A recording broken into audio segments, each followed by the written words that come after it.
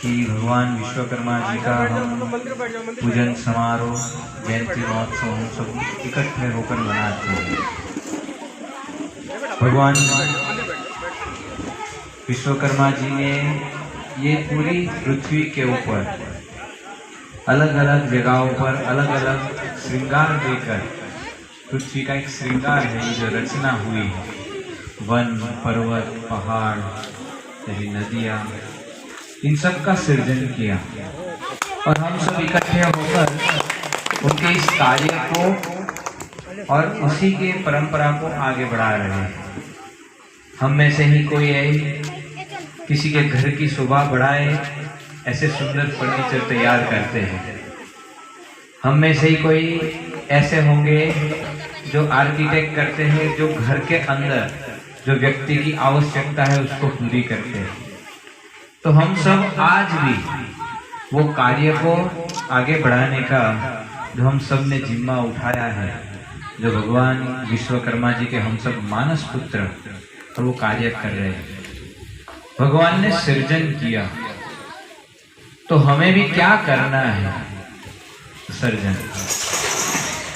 हम सृष्टि का सर्जन नहीं कर सकते क्योंकि हम हैं मनुष्य और मनुष्य की क्षमता बहुत ही अल्प है। आज ये पूरे ब्रह्मांड के अंदर देखें तो ये पूरी विश्व को, ये पूरे ब्रह्मांड के अंदर हमारा भारत देश बहुत छोटा है।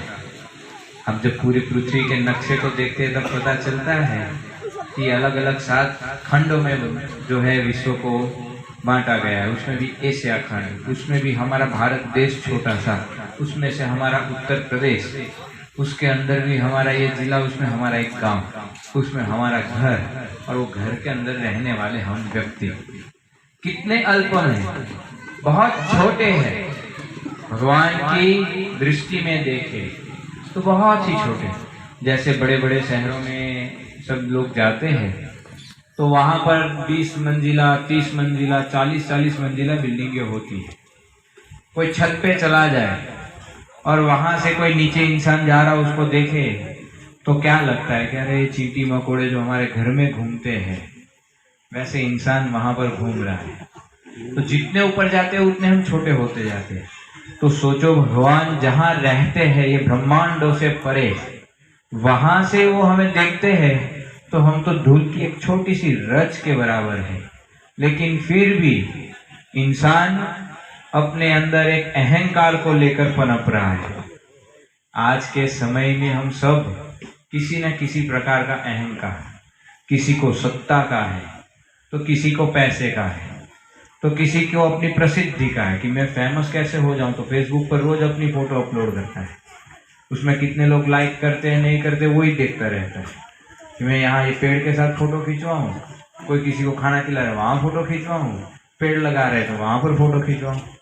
तो किसी को प्रसिद्धि का अहंकार होता है, तो किसी को अपनी स्किल का कि मेरे जैसा व्यक्ति बोलने वाला कोई नहीं है, मेरे जैसा फिनिशिंग के साथ जो 90 का कोने सैक करने वाला व्यक्ति मेरे जैसा है, उस बात का भी अहंकार होता है।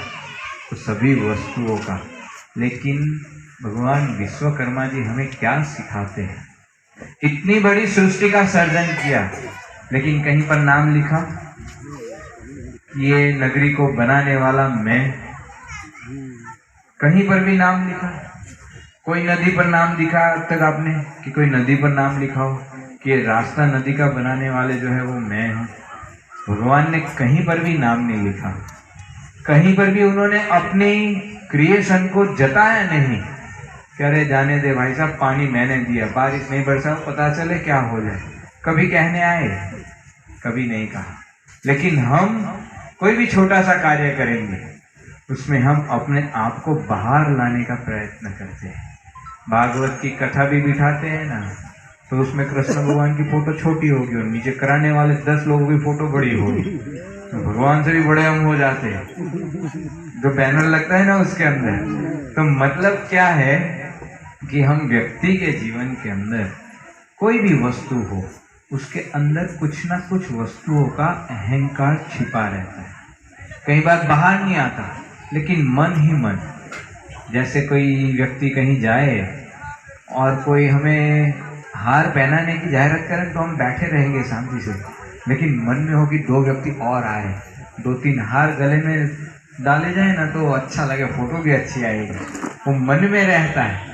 लेकिन भगवान और ऐसे अवतरण के दिन पर हमें सीखना ये है कि किस बात का अहंकार हम लेकर चलते हैं जब हम कुछ है ही नहीं, जब हमारी कोई क्षमता ही नहीं है। हम आज एक दीवार से परे का कुछ नहीं देख सकते, 2 सेकंड के बाद क्या होने वाला है हमें पता नहीं है। यहाँ बैठे हैं, बातचीत चल रही है, तो पता नहीं किसको अटैक आ जाए, खत्म हो जाए तो बात भी सुनने को कोई नहीं रहे, और दूसरी बार बुलाने में सोचेंगे कि इनको बुलाया, इनको अटैक आया था, दूसरी बार नहीं बुलाना, नहीं तो दूसरे को भी लेकर जाएंगे। तो कब किसको आए वो पता नहीं है, 2 सेकंड के बाद का हमें पता नहीं है।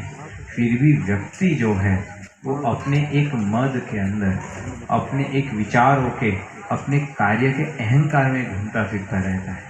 इसलिए कवि ने बहुत सुंदर लिखा है उनके कीर्तन के अंदर, मत कर तो अभिमान रे बंदे, झूठी तेरी शान रे, झूठी तेरी शान। तेरे जैसे लाखों आए, लाखों इस माटी ने खाए, रहन नाम निशान रे बंदे, झूठी तेरी शान रे, झूठी तेरी शान। कवि कहते हैं मत कर तू अभिमान, तेरे जैसे लाखों आए, लाखों इस माटी ने खाए।